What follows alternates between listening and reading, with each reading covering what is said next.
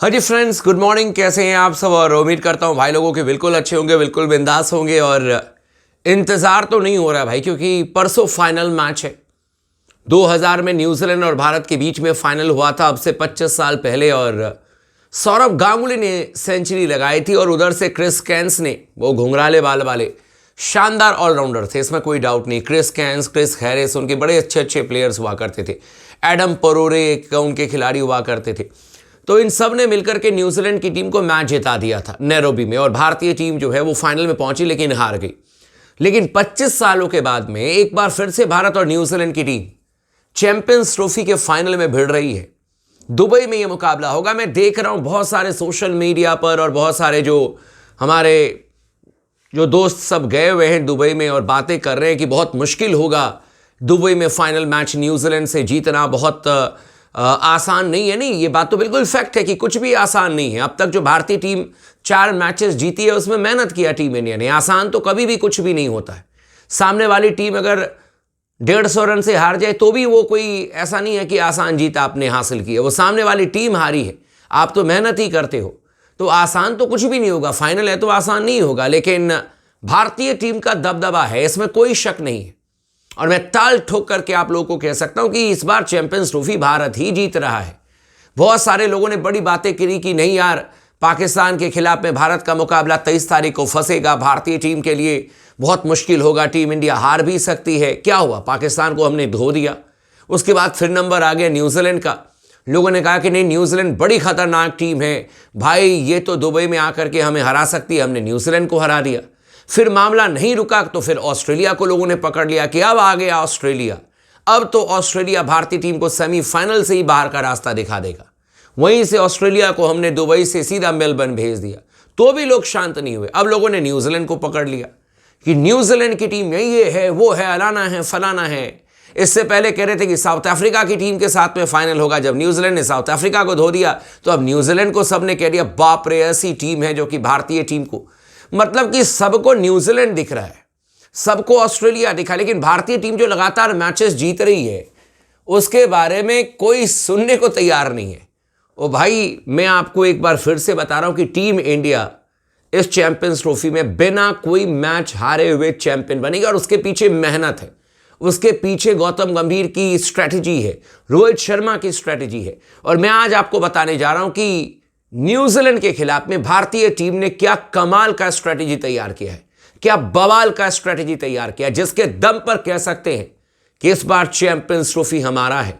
2017 में फाइनल में पहुंचे थे, पाकिस्तान से हम हारे थे कुछ अपनी गलतियों की वजह से, लेकिन 2025 में चैंपियंस ट्रॉफी पाकिस्तान से सीधा भारत में आने वाला है, इसमें कोई शक नहीं है। चैनल को सब्सक्राइब कर लीजिएगा, वीडियो को लाइक कर लीजिएगा, लगातार बने रहे स्पोर्ट्स टॉक के साथ में।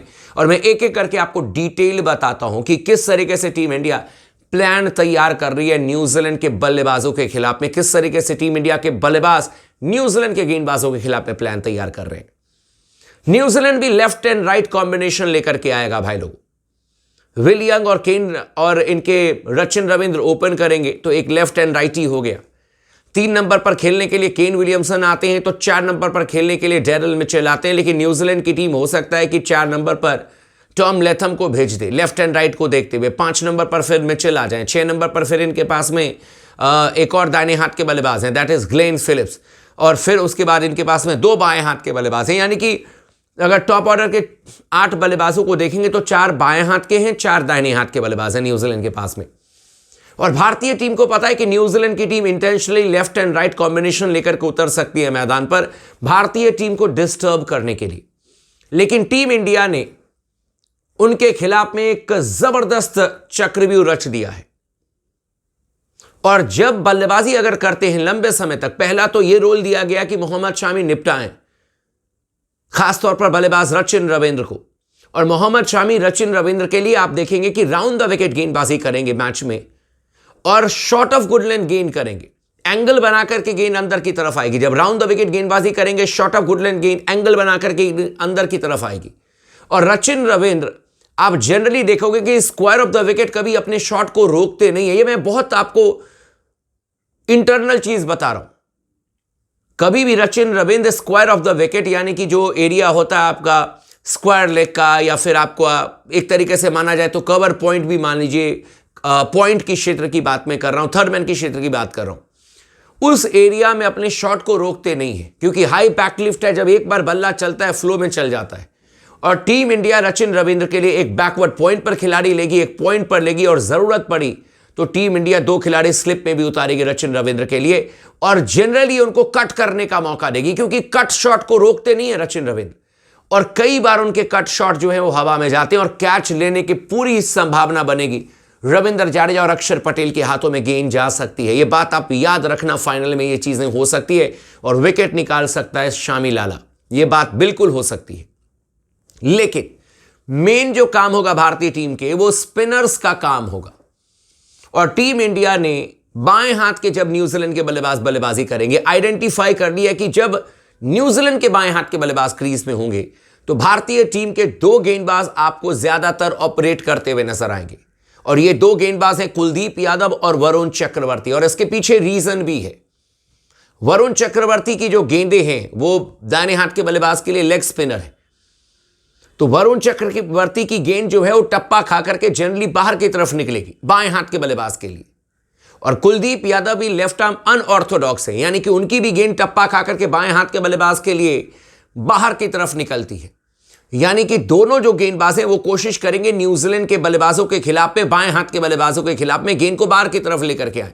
बीच बीच में दोनों एक आध गुगली जरूर डालेंगे, लेकिन जब दाहिने हाथ के बल्लेबाज आएंगे बल्लेबाजी करने के लिए, उस समय हमारे पास में अक्षर पटेल होंगे और उस समय हमारे पास में रविंद्र जाडेजा होंगे, जिनकी गेंदें टप्पा खा करके दाहिने हाथ के बल्लेबाज के लिए बाहर की तरफ निकलेगी और एंगल बना करके कुछ गेंदें अंदर की तरफ आएगी। लेकिन केन विलियमसन और डेरिल मिचेल के खिलाफ में ज्यादातर ऑपरेट करते हुए आपको नजर आएंगे रविंद्र जाडेजा और अक्षर पटेल। ये एकदम तय मान करके चले, क्योंकि ना तो केन विलियमसन का रिकॉर्ड अच्छा है रविंद्र जाडेजा के खिलाफ में, और ना ही डेरिल मिचेल का रिकॉर्ड अच्छा है अक्षर पटेल के खिलाफ में। ये दोनों लेफ्ट आर्म स्पिनर आप देखिएगा कि न्यूजीलैंड के जितने भी दाहिने हाथ के बल्लेबाज हैं उनको कमर तोड़ करके रख देंगे। ये आप दावा मान करके चले, गारंटी मान करके चले कि चैंपियंस ट्रॉफी तो इस बार भारत ही जीतने जा रहा है, क्योंकि टीम इंडिया ने स्ट्रेटजी तैयार की है। लोगों ने बहुत कमेंट किया, 5 स्पिनर ले लिए, ये कर दिया वो कर दिया। आज यही 4 स्पिनर आपको चैंपियंस ट्रॉफी का चैंपियन बनाने जा रहे हैं, और भारतीय टीम की स्ट्रेटजी तैयार है,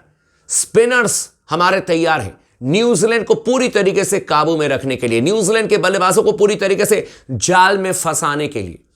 और भारतीय टीम के बल्लेबाज खासतौर पर विराट कोहली, रोहित शर्मा का रोल होगा कि आप स्टार्टिंग में आकर के धुआंधार बल्लेबाजी करें, लेकिन विराट कोहली, उनका रोल होगा कि आखिरी क्षण तक मैच को लेकर के जाएं। साथ में आपके शुभमन गिल होंगे एंड देन आपके श्रेयस अय्यर होंगे। ये जो 3 बल्लेबाज हैं ना आपके, शुभमन गिल, विराट कोहली और श्रेयस अय्यर, ये आपके बैकबोन हैं और ये रन चेस के मास्टर हैं। या अगर आप पहले बल्लेबाजी करेंगे तो ये रन सेट करने में इनका सबसे बड़ा योगदान होगा। लेकिन कैप्टन फैंटास्टिक रोहित शर्मा एक बार फिर से आपको उसी अंदाज में खेलते हुए दिखेंगे जिस अंदाज के लिए वो जाने जाते हैं, यानी कि तेज गति से रन बनाने के लिए।